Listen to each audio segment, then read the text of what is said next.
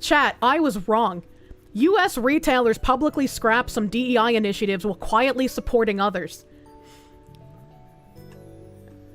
Several U.S. retailers that publicly scrap diversity, equity, and inclusion programs, including Target, Amazon, and Tractor Supply, are maintaining certain efforts behind the scenes. Tractor Supply was the one company that put out a letter where I was like, I don't see any of the subversive language in their letter. I don't see any of this like bridge capitulation. I don't see any sort of doublespeak in here. They're the only ones that I feel safe saying it looks like they got rid of their DEI actually. The three retailers, while they've ended DEI programs on paper, have told advocacy groups and individuals that they will continue to offer financial support for some LGBTQ+ pride and racial justice events, as well as provide internal support for resource groups for underrepresented employees. These contradictions between public remarks to investors and those made to individuals or small groups illustrate the tightrope they've walked since U.S. President Donald Trump deemed some elements of DEI illegal and threatened possible investigations into firms that practice it. So it's like, I've been right about Target this whole time. I've been right about Amazon.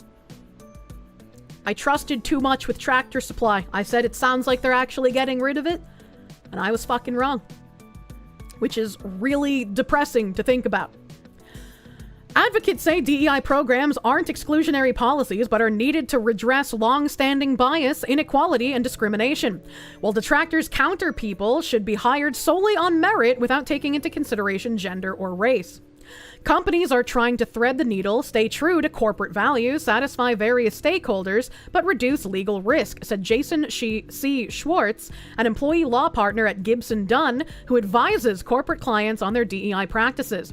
Reuters conducted more than a dozen interviews with company employees, advocates for underrepresented groups who've met with corporate executives, and consultants advising companies on DEI issues for this story. The developments they described haven't been previously reported. Tractor Supply, which sells home and garden supplies and clothing to farmers and ranchers, in June ended a DEI program that had aimed to help put people of color in management roles and boost funding in education programs for Black Americans. It also ceased gathering data on its workforce for the Human Rights Campaign's annual Corporate Equality Index, a benchmarking tool that rates American businesses on their treatment of LGBTQ+ workers and customers. A Tractor Supply spokesperson told Reuters it has remained steadfast in its purposeful decision to remove perceived political and social agendas from its business. But Kiana Robinson, the contractor who led the diversity data collection at Tractor Supply, told Reuters the retailer offered to keep her on in an undefined role that would be as closely aligned as possible to the DEI work she had been doing. Managers assured her that Tractor Supply's inclusivity initiatives, particularly its resource groups for underrepresented employees, would continue, Robinson said. I don't want to work for an organization that wants to hide me, she said. Tractor Supply declined to comment on Robinson's account of its conversations with her. And this is really sad to hear, because I genuinely thought from them not having the strange language that it meant that they actually were trying to get rid of the Marxism in their company. But if they're keeping on their DEI acolytes and they're saying, hey, just keep doing this, just don't talk about it publicly, and especially if these acolytes are like, yeah, I wouldn't work for a company that was trying to hide me, you know? To be fair, at the time, I also said that people still needed to be vigilant, that they actually kept their word. I mean, that's true. I did say that, like, it seemed like Tractor Supply was the only one being honest, but to stay vigilant just in case. But even then, like, I have repeated so many times that I thought Tractor Supply was being honest about it. And so to find out that they weren't, like, makes me feel bad. And it also makes Robbie Starbuck once again look kind of silly. How could they just go onto the internet and lie to us? Yeah. I mean, we knew everything about Target and fucking Amazon. So I'll just read that quick as well. Target in January ended its participation in the HRC survey and scrapped a DEI program that included a goal to increase the number of black employees by 20% over 3 years. A Target spokesperson said the new approach is all about driving business results by increasing relevance with U.S. consumers and making Target a destination for talent. After Target rolled back its DEI program, Sharon Smith Akinsanya, CEO of corporate consultancy Ray McKenzie Group in Minneapolis, said she met with Target executives, including CEO Brian Cornell. Target has long been a sponsor of her career events in Minnesota for people of color, as well as an event she organized honoring black women of Minneapolis. She said the meetings reassured her that Target would keep a commitment to diversity. I believe the Target DNA we have come to love remains intact, Smith Akinsanya said, adding that she understands the political threats that companies are facing. For some, the retailer's private pledges or actions to continue to support diversity and minority groups don't go far enough. And this is what Cheryl Daija talked about as well. And this was a point that was brought up at the last meeting, that since there are a lot of people who are working at these companies who are feeling slighted or feeling like these companies are getting rid of certain DEI initiatives that are important, that even if these companies are trying to avoid legal battles or they're trying to obscure the kind of DEI work they're doing, they need to be doing something that also reassures the acolytes, or else the acolytes are going to either leave or start openly talking about their secrets in public, like this Tractor Supply lady just outed them here. And so the next bridge meeting should prove very informative for the plan they decide to take for how to let their people know that things actually aren't changing as much as they are. Twin Cities Pride Executive Director Andy Otto said representatives of Minneapolis-based Target called him to make assurances that their inclusivity efforts would not change, despite the changing and current climate of anti-DEI sentiment. His organization turned down a $50,000 sponsorship from Target this year after nearly 2 decades of partnering with the chain, because of their changes in DEI coupled with the company removing some Pride Month products in 2023. And I think this is also an interesting gambit here, right? If they've been partnered for so long and Target is like, we can't talk publicly about giving you money anymore, but we still want to give you money and we still want to support this behind the scenes. And he's giving them we don't want to take your money unless you're putting your money where your mouth is.